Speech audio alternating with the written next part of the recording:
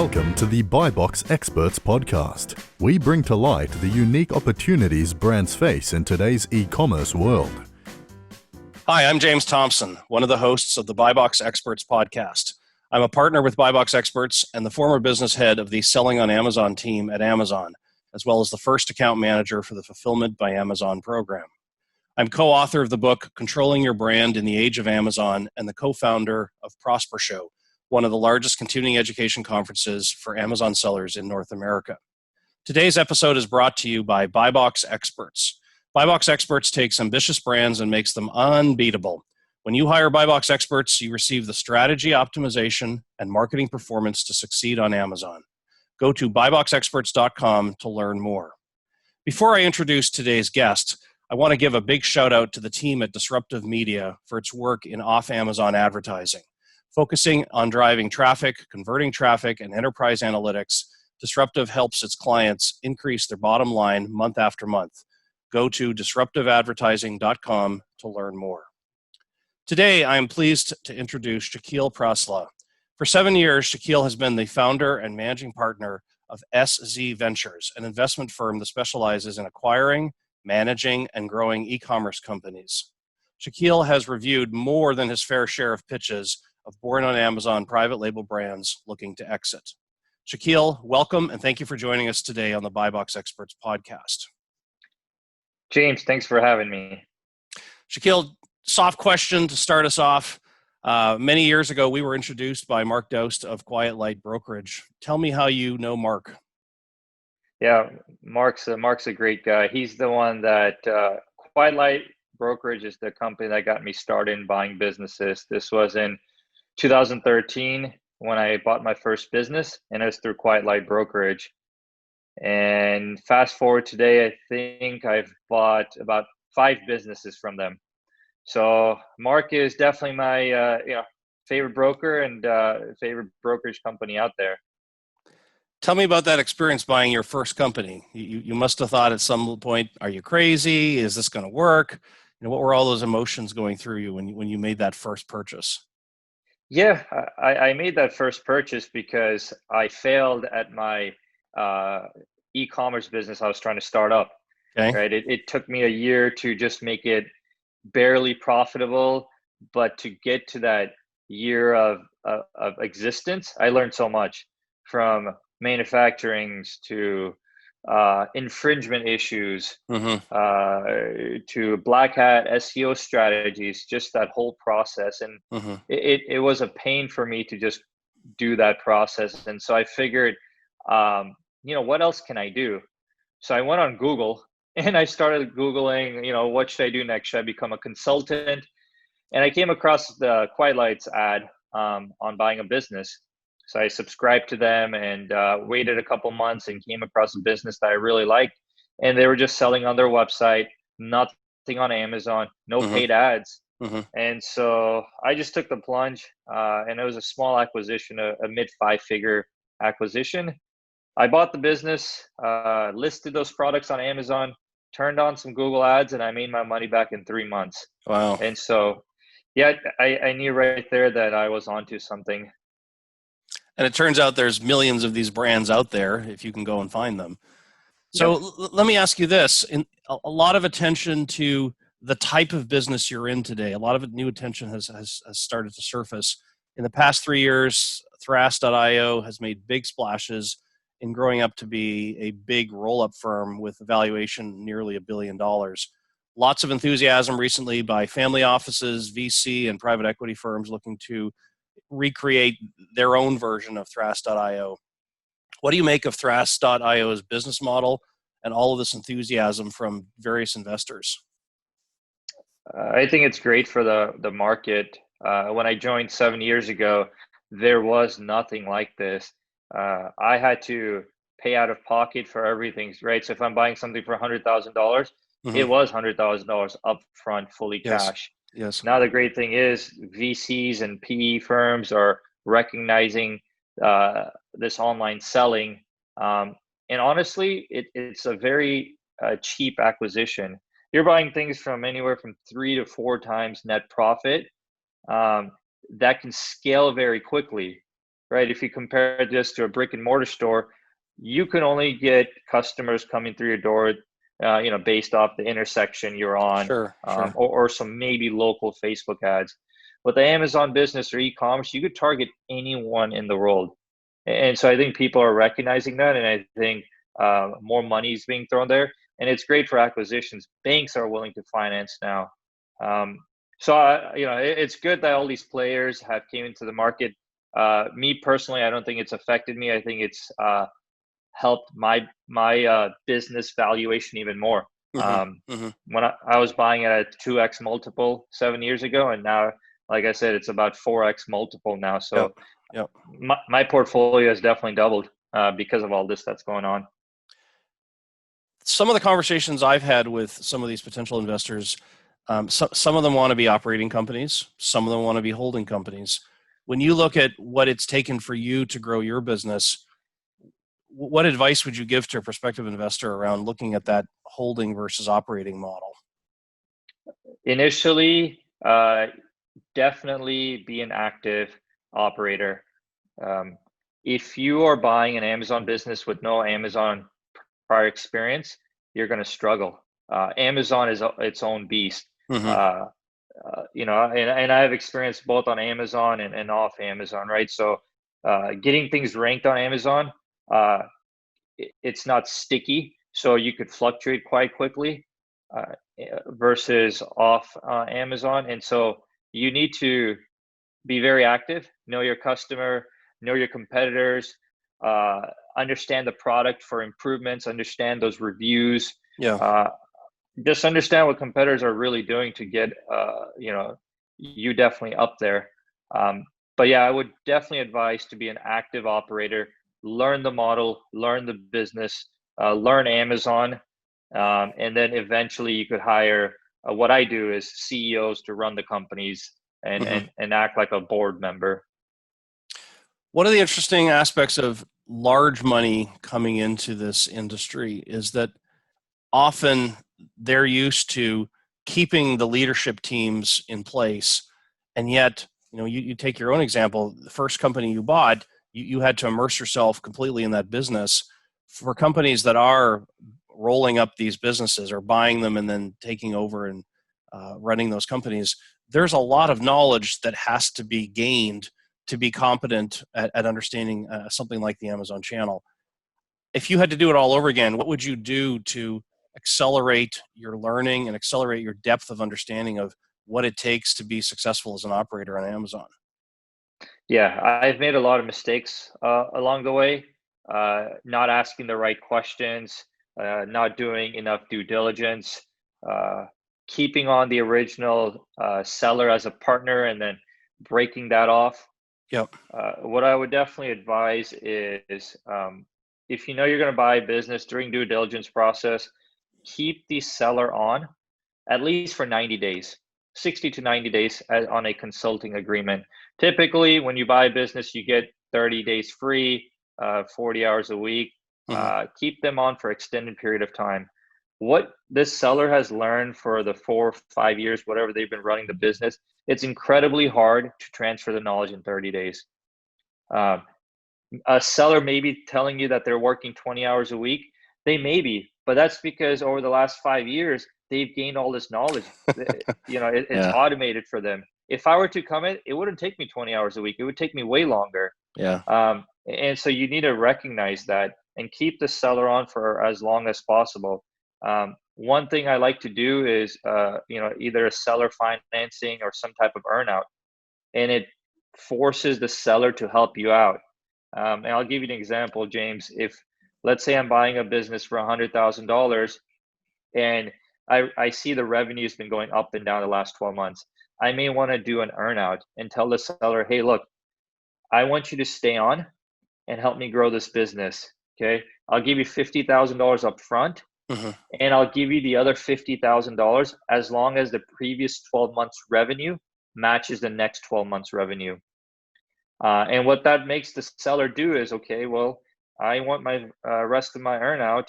I will help you maintain or grow the business. And so it keeps the seller's foot in the game as well.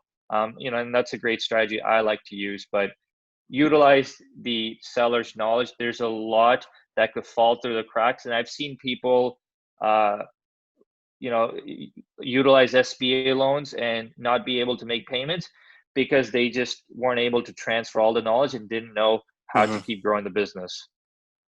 One of the most challenging parts of taking a digitally native brand and now transferring ownership, one of the biggest challenges I've seen is how do you take on and quickly develop an understanding of the supply chain that the brand has? If they're sourcing products out of one particular facility and one overseas plant, making sure that that relationship continues to be in place, making sure the terms are in place, making sure you learn what it takes to be good at doing overseas sourcing. There's a lot of stuff there that has nothing to do with being a good operator on Amazon. How did you get yourself up to speed to be comfortable with the whole sourcing component of managing these businesses? Originally, I failed a lot and I Okay. made expensive mistakes. But to bypass all of that and not make those expensive mistakes like I did, a good way is keep the seller on, shadow them as if you're an intern, or even have the supplier. You could create a contract with the supplier and say, "Hey, I'm going to be the new owner. Can we sign a exclusive contract that you're only going to distribute my products to me?" If that was already happening in the past, just get a contract going. If it's overseas, maybe it's going to be hard enforcing something like this, but at least you have something on paper. But really just keep the seller on and ask those questions. Whenever a business I bought recently, it was Amazon focused. The seller was airing everything in, and Wow. and he was making these small batch purchases. And I understand, look, people have cash flow issues. Whatever cash you make from Amazon, you'll reinvest that. In fact, I think the stat was that 80% of your Amazon value you're going to get at the exit, right? So 20% you get from your net income. And so I understand cash flows are low, even though net income may be high. And so the seller was just airing everything and making small purchases. And I just told the supplier, look, hey, I'm the new buyer, and let's keep building on this trust. Let's keep these same terms going, whatever was net 30 or pay a deposit right now. But I'm going to do a sea freight and I'm going to make larger purchases. Can I get a discount? Yep. And I was able to. And so that's another great way to really add value to your business is if you're buying something, let's say your gross margins are 50% and you could get that gross margins to 55% because you're saving on the freight and you're making bold purchases. That's 5% on $1 million is $50,000. On a 4 times multiple, you just made $200,000 valuation increase on your business. Yep. You look at a lot of prospective purchase, a lot of companies that are looking to sell their business. Take me through, what do you normally run into that is a big red flag? What are the biggest areas where brands wanting to sell don't do their proper homework in preparing to sell? The biggest thing is financials, and you're weighing things on financials. I've seen a lot of mistakes happen in financials where you run multiple businesses through the same financials, or you expense a lot of personal items, and then it gets hard to see what's business and what's personal. So I would say definitely keep financials clean. Your business is still sellable, but that multiple starts decreasing, the more risky it looks. The second thing I would say is businesses usually, I see a lot of businesses sell on the decline. And people may just throw in the towel and just say, I don't want to grow this. When you sell on a decline, your business may be worth now 2.5x or 3x. But when you're selling it at kind of the peak point, at least when it's going up, you're going to get at least a 3.5 multiple. And I'm just throwing kind of averages out there, but though that multiple can vary based off how the business is doing. So if it has a decline, yes, you could sell it, but you're not going to get that much. Refocus and grow that business again. Go 200% in. And so that's what I would tell sellers: if keep clean financials and sell when it's trending upwards. For brands that basically exist just to sell on Amazon, we often see a half-life of many of these private label brands of maybe 18 months. How do you think about companies that sell exclusively on the Amazon channel that are selling basically commodity products that they have branded themselves, but they're basically commodity products? How do you think about a business like that? Yeah, it's that's a good question, James. Me personally, I need a unique product to buy, like some Mm-hmm. kind of patent on it, or something that protects it. And I'll pay a premium for something like that to be protected. I think Amazon is a very cutthroat world, and you could get taken over easily. But if you have a defensible product, it makes it easier. But on the other hand, there's a market for widgets that you just throw your private label on, Yeah. and people will buy that. There's a lot of buyers coming into the marketplace that are leaving their corporate jobs, cashing out their 401k, and using that as a down payment to buy Amazon businesses. So there's a lot of buyers out there, and you're even if you have a private label product with nothing defensible, you're most likely going to find a buyer out there to buy your business. So yeah, I mean, I personally wouldn't buy it, but other people may. How do you think about the process of putting multiple businesses together? I mean, you have a portfolio of businesses. Have you found that it's critical to have businesses that are in similar categories or similar types of customer groups? Or do you thrive on having a range of different businesses and find that that's rewarding for you? If I were to redo this again, I would focus on a niche, a Mm-hmm. specific category. But I started focusing on buying just cash flowing businesses. And so if you look at my portfolio, I have products in a lot of different things that, vary from, greeting cards to socks, to metal promotional items. It's just a bunch of different things. Mm-hmm. Mm-hmm. But what I do is the sort of the synergy that works within our company is what I call my back office. And so my back office is a team of people that work for the whole portfolio. Think of it as an agency for my portfolio. Yes. Yes. And so that's what we do. It's economies of scale. I think it's cheaper to have a team working for the whole portfolio. And so that's my synergy is, I have a paid advertising team, content team, import sourcing team. And so that sort of makes up my back office that works for the whole portfolio. If you could invest in certain talent that you don't currently have, what would be a luxury hire for you in terms of having additional skills to help drive the businesses? Hmm. That's a that's a good question. Well, Um, let me put the question a little bit differently. If you decided to invest more in the businesses you currently have today, where would you be placing bets within the existing portfolio? Whether that's people, whether it's processes, whether it's expanding catalogs, what kinds of things would be opportunities for you?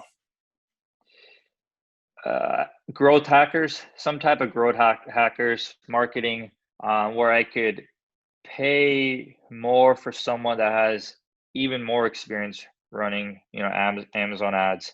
Hmm. Um, I've sort of done it the way where, pay average salary and then train them internally to recognize kind of how to optimize keywords.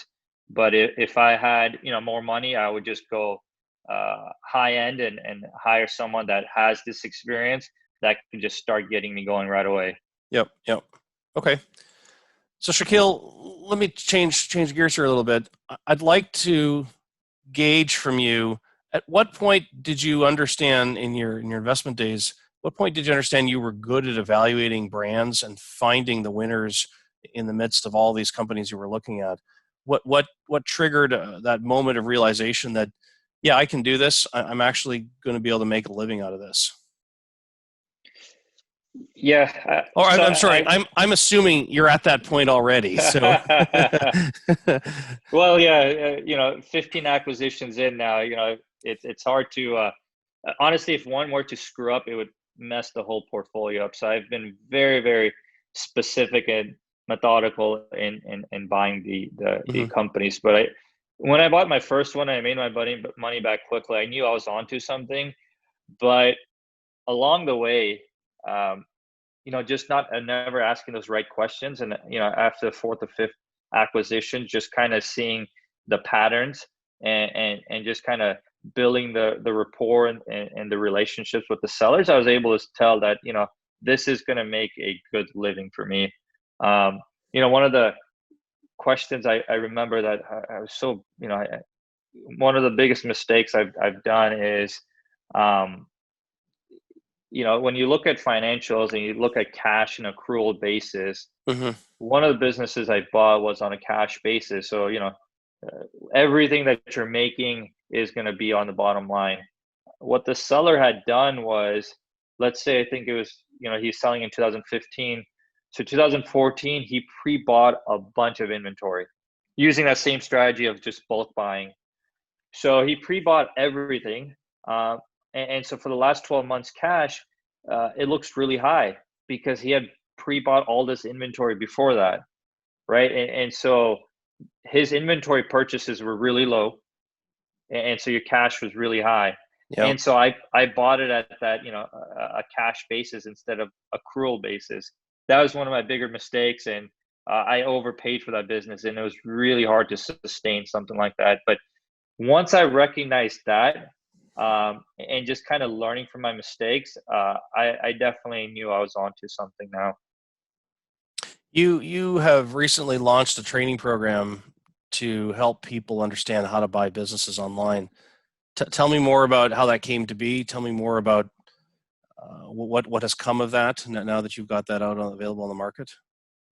Yeah, so prior to all these family offices coming, there weren't that many multiple buyers out there like me, and so people would always message me, have questions and stuff, and a lot of them were similar questions over and over again. So I decided to just make a course, Hmm. and it's a 8 module course, and it teaches you everything about how to find businesses that are on market but also off market, where you could get really good deals, and how do you go after those off market deals, to formulating your letter of intent, to asking 20 good questions, to due diligence and the 4 things you should look into due diligence. The contracts are very important. um, and then finally, the first 30 days, the first 60 days, the first 90 days of ownership. Yes, you've got a business, but you could easily screw that up if you're not running the business. If it comes with employees and you just step in and start making changes, like, oh, you're rocking the ship, things could go sideways. So Yeah. it teaches you on what to do. And then the last module is called rinse and repeat. How do you do this again? Let me just fixate on one aspect you talked about. These companies that don't have an online presence, we didn't talk about that earlier in the discussion. How do you go and find businesses that don't exist online yet? Yeah, so when I mentioned that it was off market deals that are not selling, um, but if you were to look for brick and mortar stores that have no online presence, let's just say I'm in Austin. A good Hmm. thing you could do in Austin is go to meetups, meet with financial advisors, meet with accountants. These two people are gatekeepers to a lot of businesses. Yes. You could have a conversation with these folks saying, "Look, I want to buy a business. I want to buy a business that's not even selling online. Do you know anyone? CPA may know a colleague, or whatever, and pay them a finder's fee. Look, I'm looking to buy a $100,000 business. I'll give you Yep. $5,000 for Yep. just that introduction.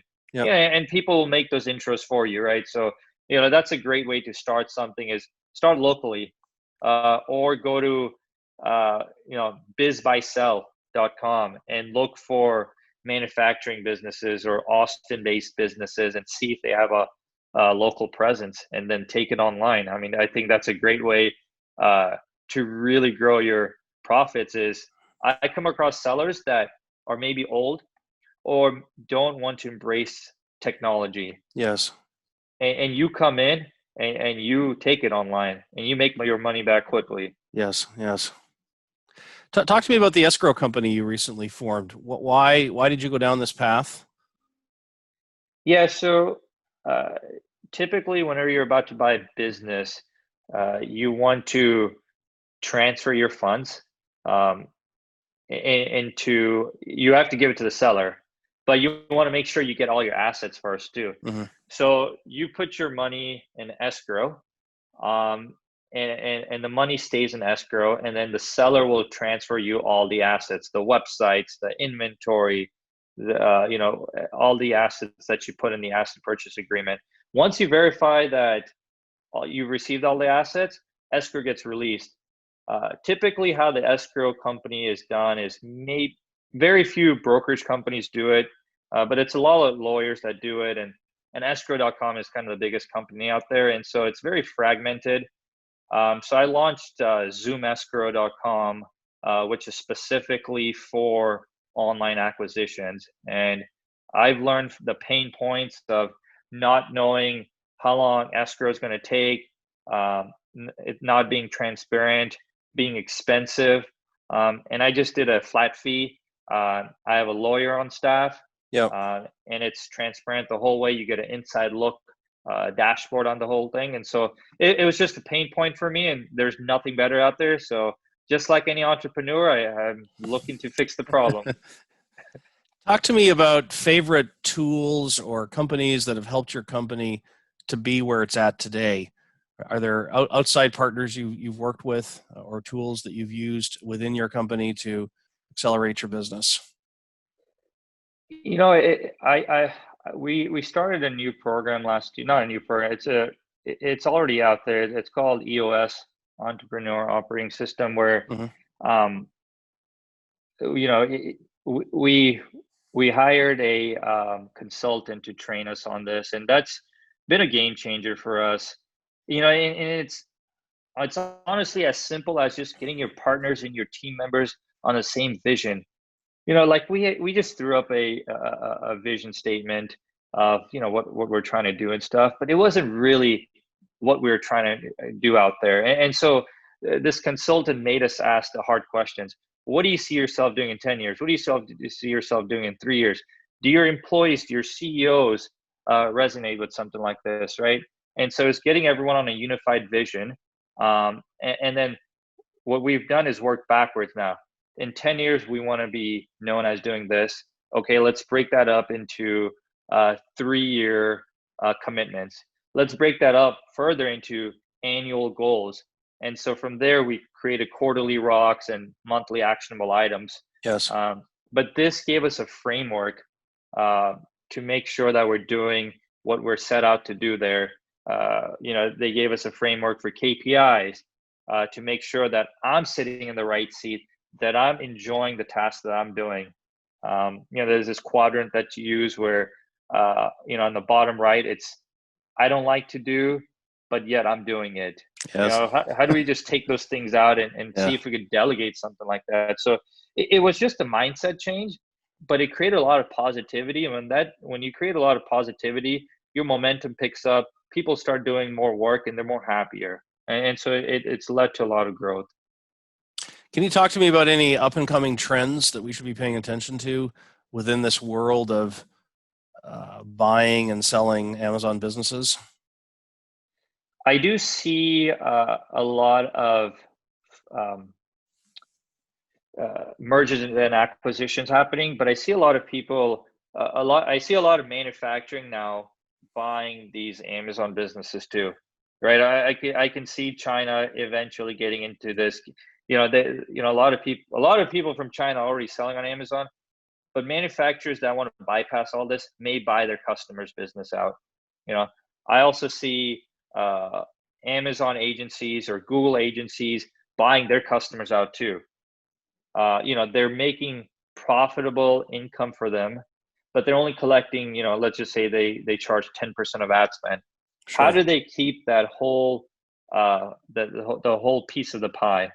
And so I do see those type of acquisitions happening where more buyers come in, manufacturing, direct to consumer agencies buying, and I think your multiple of online businesses is going to keep going up. So honestly, like today is the best time to buy a business. James, one thing I didn't mention is because of this whole COVID thing that's happening. Yes. SBA has launched what's called a SBA debt relief, where for the first 6 months of your loan is going to be paid for by the U.S. government division of SBA. So there's never been something like this where your loan is going to be paid for the first 6 months. I want to ask you one last question as we wrap up our discussion today.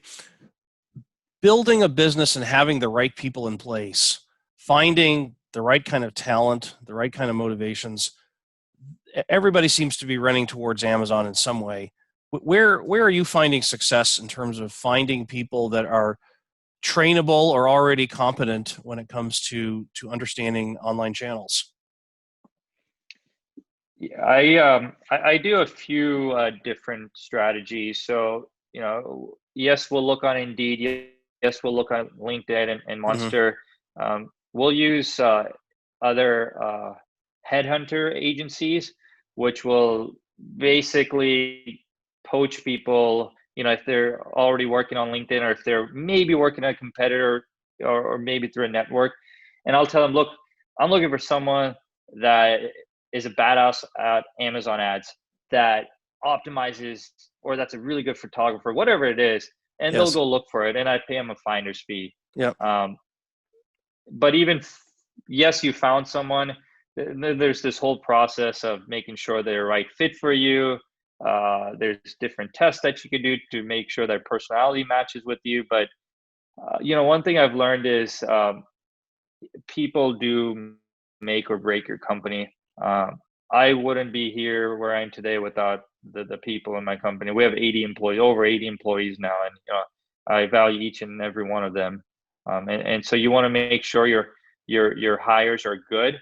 Otherwise, they could break your company. Yes, but trust the process of hiring someone and training them.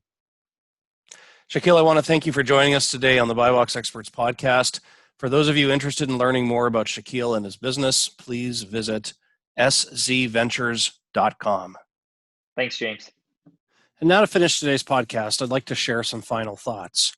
For third-party sellers to be successful on Amazon, a critical lever will be soliciting feedback from customers. We at BuyBox Experts are really big fans of the team at Ecom Engine and its tools that help Amazon sellers to simplify the process of messaging customers of Amazon orders. To learn more, go to ecomengine.com. And with that, I want to thank you for listening today, and I look forward to joining you next time on the BuyBox Experts podcast. Thanks for listening to the BuyBox Experts podcast. Be sure to click subscribe, check us out on the web, and we'll see you next time.